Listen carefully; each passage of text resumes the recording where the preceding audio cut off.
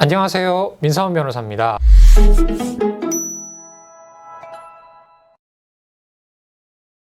회생 파산 관련 업무를 하다 보면 자연스럽게 경제면 뉴스에 관심을 많이 갖게 됩니다. 금리 인상이라고 하는 게 이제 우리나라 하나가 어떻게 해서 되는 부분도 아니고, 미국도 기준금리를 인상할 가능성이 있다고 하고, 우리나라도 그에 발맞춰서 기준금리를 더 인상할 수 있다고 하니까요. 주택담보대출 금리도 더 뛸 가능성이 없다고 보기 어렵겠죠. 이 금리가 뛰면 대출을 가지고 계신 분의 부담이 늘어나는 건 당연한 얘기지만, 특히 이 부동산 가격의 상승세인 때 야, 이때 아니면 내 집 마련을 못할 것 같아 라는 마음으로 영끌이라고 하죠. 대출을 최대한 땡겨서 내 집을 구매하신 분들의 이자 부담이 정말 심해집니다.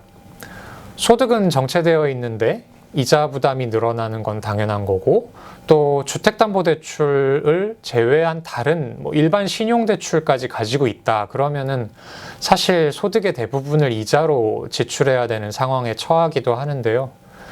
그러다가 원리금을 갚지 못하는 상황까지 이르면은 내 집을 팔아서 대출을 해결을 하든 경매에 넘겨서 대출을 해결을 하든 해야 되겠죠.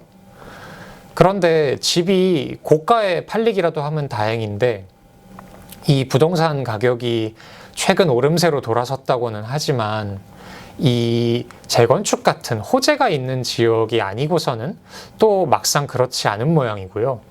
시세가 오르는 거랑 실거래가 활발하게 진행되는 건 또 별개의 문제여서 순조롭게 해결이 될지는 사실 미지수입니다. 보통 대출, 그러니까 이제 채무라고 하죠. 채무가 자산보다 커져서 점점 빚만 늘어나는 상황이 되면 법원에 개인회생을 신청할 수 있습니다. 법원에 개인회생을 신청해서 인가결정을 받으면은 일정 부분의 채무가 탕감되기도 하고요. 그러니까 조정된 변제 기간, 보통은 늘어나겠죠. 그 기간 동안 최저 생계비를 보장받으면서도 나머지 소득으로 채무를 갚아 나가면서 개인회생 절차를 진행하게 되는데요. 그런데 이게 내 집이 있으면은 집이 자산으로 잡히기 때문에 이 채무가 자산보다 커야 된다라는 요건이 성립되지 않는 경우가 있고요. 또 어찌어찌 개인회생을 진행을 하더라도 이 집에 대한 주택담보대출 같은 경우에는 그 대출을 해준, 보통은 은행이겠죠. 금융회사가 근저당권을 설정해 놓는 경우가 사실 100%이기 때문에 개인회생 들어갈 정도다라고 하면 근저당권을 실행해서 경매로 집을 팔아서 대출을 해결해 버리는 경우가 많습니다. 스스로 집을 팔아서 대출을 갚든 근저당권이 실행돼서 내 집이 경매에 넘어가서 대출이 해결되든 대출을 다 갚냐 안 갚냐도 큰 문제지만, 내 집이 한번 이렇게 팔리고 나면은 사실 다시 내 집을 마련하기가 정말 어렵다는 게 큰 문제이죠. 부동산 가격이 폭등하면서 근로소득만으로 내 집을 산다, 이게 굉장히 어려운 상황이 된 지 오래고, 또 당장 집을 잃고 나면은 또 어딘가 살아야 되니까 월세 아니면은 전세자금에 대한 이자를 또 부담을 하면서 다시 내 집을 마련할 자금을 모으기가 정말 어렵습니다. 그럴 때 법원에 주택담보대출 연계형 개인회생을 신청해 볼 수 있습니다. 이게 잘만 되면 집에 대한 소유권을 유지하면서도 채무의 일부를 탕감받고, 또 변제 기간을 늘려서 천천히 채무를 갚아 나가면서 가계 경제를 연착륙시킬 수 있습니다. 주택담보대출 연계형 개인회생 제도는 이걸 법원에 신청을 하면은 법원이 신용회복위원회에 주택담보대출만 떼어서 따로 이 신용회복 절차를 진행하도록 조치를 합니다.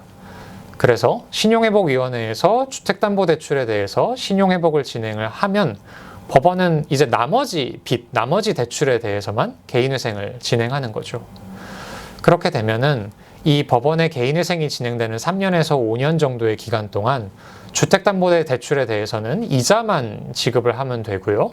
개인회생이 정리가 돼서 나머지 빚을 다 처리한 다음부터 주택담보대출의 원리금을 갚아나가면 되는 방식입니다.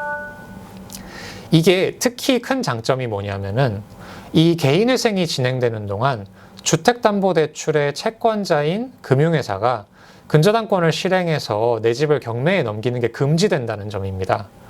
또 이 금융회사가 다른 금융회사에 이 주택담보대출 채권을 넘기거나 그런 경우는 거의 없지만 다른 개인에게 이 채권을 넘긴다고 하더라도 이 앞에 말씀드린 효과가 그대로 유지되거든요. 그러니까 내 집의 소유권을 지킬 수 있는 효과가 발생하는 거죠. 그리고 그 과정에서 주택담보대출의 연체이자가 탕감된다든지 전체 이자율이 조정된다든지 변제기간이 늘어난다든지 하는 채무조정 효과 또한 이루어질 수 있습니다. 비록 빚을 모두 갚는 데에는 기간이 좀 늘어나는 측면이 있지만 그래도 그 기간 동안 내 집의 소유권을 온전하게 보존할 수 있는 부분이 있기 때문에 내 집이 있는데 개인회생을 하는 게 나에게 맞는지 득이 되는지 고민되는 분이라면 한번 판단해 볼 만한 부분이겠죠. 물론 이게 모든 주택담보대출에 적용되는 제도는 아닙니다. 조건이 있고요. 그 조건들은 집 가격이 6억 원 이하여야 되고 이 채무자이자 집주인의 소득이 연 7천만 원 이하, 만약에 부부가 함께 생활을 하고 있는 경우는 부부 합산해서 7천만 원 이하가 되겠습니다. 그리고 채무자이자 집주인이 명의가 똑같아야 되고요. 그리고 실제로 그 집에 실거주를 해야 된다는 조건이 있고요. 또 주택담보대출의 채권자는 신용회복위원회와 협약이 맺어져 있어야 된다 같은 조건들이 있습니다. 그런데 이제 이 채권자 조건, 그러니까 신용회복위원회와의 협약이 맺어져 있어야 된다는 부분은 사실 주택담보대출을 취급할 정도의 어떤 금융회사는 이미 신용회복위원회와 협약이 다 맺어져 있기 때문에 별 문제가 되지 않고요. 그 외에 이제 주택 가격, 명의, 실거주 여부 이런 부분들은 사실 투기를 목적으로 대출을 받아서 집을 사는 경우를 제한하기 위한 측면이니까 그 부분은 나름 이해가 되는 부분입니다. 이 부동산이라는 게 참 이제 대한민국에서 시작이자 끝이고 또 알파이자 오메가인 시대가 된 상황에서 점점 둘러싼 복잡한 문제가 생기고 개인이 어떤 행동을 할 때 앞으로 1년 뒤, 2년 뒤, 5년 뒤, 10년 뒤를 예상하기에는 너무 어려운 상황이 되어버렸습니다. 그러한 상황에서 의도치 않게 내 보금자리를 마련하려고 하다가 빚더미에 올라앉아서 고통을 받는 경우가 있다면은 이 주택담보대출 연계형 개인회생 제도를 한번 고려해 볼 만하고요. 주변의 법률 전문가의 조력을 받으신다면 보다 구체적인 어떤 파악과 또 진행에 있어서 수월한 도움을 받을 수 있지 않을까 생각합니다. 우리 법무법인 해안의 문도 활짝 열려 있으니 이러한 부분으로 고민하고 계시는 분이 있다면 언제든지 문의를 해주시면 좋겠습니다. 이 회생과 파산에 대해서는 우리 법무법인 해안 유튜브 채널에 이미 다른 변호사님들이 아주 많은 컨텐츠를 등록해 놓았습니다.